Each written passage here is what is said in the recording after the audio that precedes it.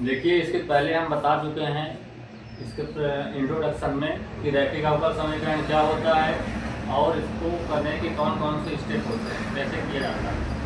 अब एक एग्जाम्पल लिए हैं, हम उसी सारे नियमों को इस एग्जाम्पल में लगाने का प्रयास करेंगे। देखिए, ये हमें सवाल दिया हुआ है x dy y dx plus 2y equal to x square. तो देखिए, इसके दो व्यापक रूप होते हैं, वो होते हैं dy y dx plus py बराबर q, एक रूप ये होता है, और एक होता है dx by dy plus px equal to q, एक रूप ये होता है। यहाँ पर हम बताए थे जब सिंगल y दिखाई दे तो समझ जाना है कि y रूप का है, यहाँ यदि केवल एक x दिखाई दे तो समझ जाना है कि x रूप का है। अब इस सवाल में आ रहे हैं, हम देख रहे हैं कि यहाँ पहली बात dy बाई dx का गुणांक 1 होना चाहिए। यहाँ dy बाई dx का गुणांक क्या है, x है। तो पहले तो हम इस x को हटाएंगे, इसका गुणांक क्या होना चाहिए, 1 होना चाहिए। तो दोनों पक्षों में x दे देंगे भाग, तो दोनों पक्षों में x से भाग देने पर, जब भाग देंगे तो ये हो जाएगा dy बाई dx प्लस यहाँ हो जाएगा 2y बाई x बराबर एक्स स्क्वायर बटे x। यहाँ एक x से एक x कैंसिल हो जाएगा, ये हो जाएगा dy बटे dx प्लस 2 बटे x इंटू वाई बराबर x। अब ठीक से देखिए, यहाँ पास सिंगल y है, इसकी तुलना हम इससे करेंगे dy by dx single y है, ये मान लीजिए p के जगह रखा हुआ है और ये q के जगह। हम ये भी लिखाए थे कि p और q केवल x के फलन होने चाहिए। देखिए, x का फलन है, केवल x है, और इसमें भी x का फलन है। तो हमें पहचान जाना है कि यहाँ सिंगल y है, y के अलावा कुछ भी नहीं दिख रहा है, और ये x का फलन है, ये भी x का फलन है, मतलब ये इस रूप का है। लिखेंगे इस समीकरण की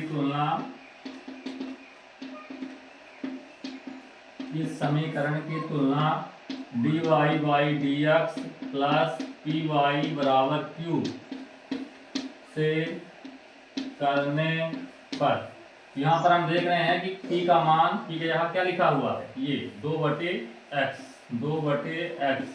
अब q के यहाँ क्या लिखा हुआ है, x। ये p और q का मान आप यहाँ से निकाल सकते हैं। अब दूसरा स्टेप हमारा होता है IF निकालना। IF को बोलते हैं समाकलन गुणक। ये कैसे निकलता है, देखिए y रूप का है, तो जब y रूप का है तो इसके पहले हम बताए थे कि इसका समाकलन गुणक होता है e की power integral x dx, e की पावर इंटीग्रल x dx। इसको जब हल करेंगे तो ये हो जाएगा e की पावर इंटीग्रल x का मान क्या है, x नहीं सॉरी p dx होता है। p का मान क्या है, 2 बाई x, ये हो जाएगा 2 बटे x और dx। इसको और हल करेंगे तो हो जाएगा e की पावर 2 को बाहर निकाल देंगे, इंटीग्रल 1 बटे x dx। ये हो जाएगा 2 के e की पावर 2, 1 बटे x का समाकलन होता है log x। या इसी को हम लिख सकते हैं, ये 2, जब log में कोई चीज गुणा में होती है तो इसको हम घात में भेज देते हैं। ये हो जाएगा e की पावर log x, और ये 2 चला जाएगा पावर में, x स्क्वायर। तो कभी भी यदि e की पावर log x है, इसका फार्मूला याद रखिएगा, e की पावर यदि log x मिलता है इसकी वैल्यू हमेशा x होती है, मतलब जो x ये और ये हट जाएगा। e की पावर यदि log x है तो इसकी वैल्यू होती है x। ऐसे यहाँ भी देखिए e की पावर log x स्क्वायर, ये पूरा मान ले चलते हैं कि x है, तो इसकी वैल्यू क्या आएगी, x स्क्वायर। इस पूरे की वैल्यू हो जाएगी x स्क्वायर। ये केवल e की पावर जब log x लिखा है तभी ऐसा होगा, इसमें इसकी डायरेक्ट रिजल्ट उठा लिए हैं हम, इसके रिजल्ट क्या आता है हमेशा x। ऐसे यहाँ भी e की पावर log x स्क्वायर, तो इसकी वैल्यू क्या आएगी, x स्क्वायर। e की पावर log x हट जाता है। यहाँ पास log फार्मूला बना है log, ये वाला पढ़े होंगे आप, log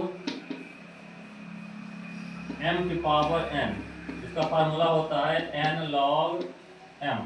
ये इस फॉर्म में लिखा हुआ है n log m, देखिए गुणा में है, log के पहले n है तो ये क्या हो जाता है, पावर में चली जाती है। ऐसे यहाँ हुआ है, दो गुणा में था, इसको पावर में भेज दिए हैं, ये हो जाएगा log x, ये दो जो है वो स्क्वायर में हो जाएगा, पावर में चली जाएगी। अब देखिए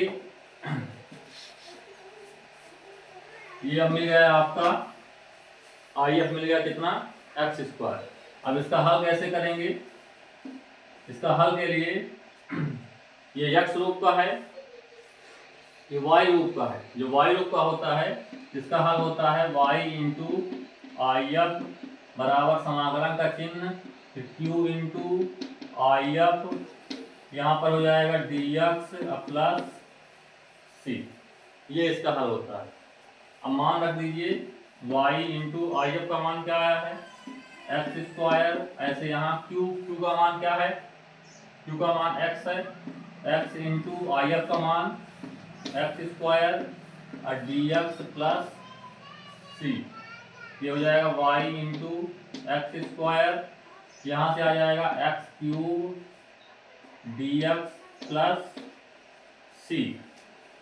इसको और हल करेंगे तो ये हो जाएगा y इंटू एक्स स्क्वायर, इसका समाकलन करेंगे तो ये हो जाएगा x की पावर 4/4 और प्लस c, और यही हमारा क्या होगा, आंसर। तो ठीक है, इसको एक बार समझना है आपको किस रूप का है, उसके हिसाब से तुलना करके आप p और q का मान निकाल लेंगे।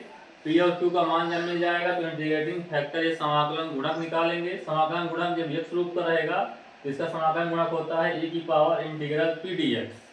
यदि y रूप का रहता तो e की पावर इंटीग्रल p dy हो जाता है। इसको हल करके मान निकाल लेना है IF, फिर सोल्यूशन मतलब उसका हल कैसे निकालते हैं, यदि y रूप का रहेगा तो y से गुणा होगा IF का, यदि x रूप का रहता तो यहाँ x हो जाता है, x इंटू IF बराबर q इंटू IF, यहाँ dy हो जाता प्लस c, लेकिन यहाँ y रूप का था इसलिए ये लिखे हैं y इंटू IF बराबर q into IF dx plus c। सब मान रख दिए हैं, IF का मान है x स्क्वायर, q का मान है x, IF का मान x स्क्वायर का गुणा होता है x क्यूब हो जाएगा, और फिर इसका समाकलन किए हैं लास्ट में तो हो जाएगा x की पावर 4/4 प्लस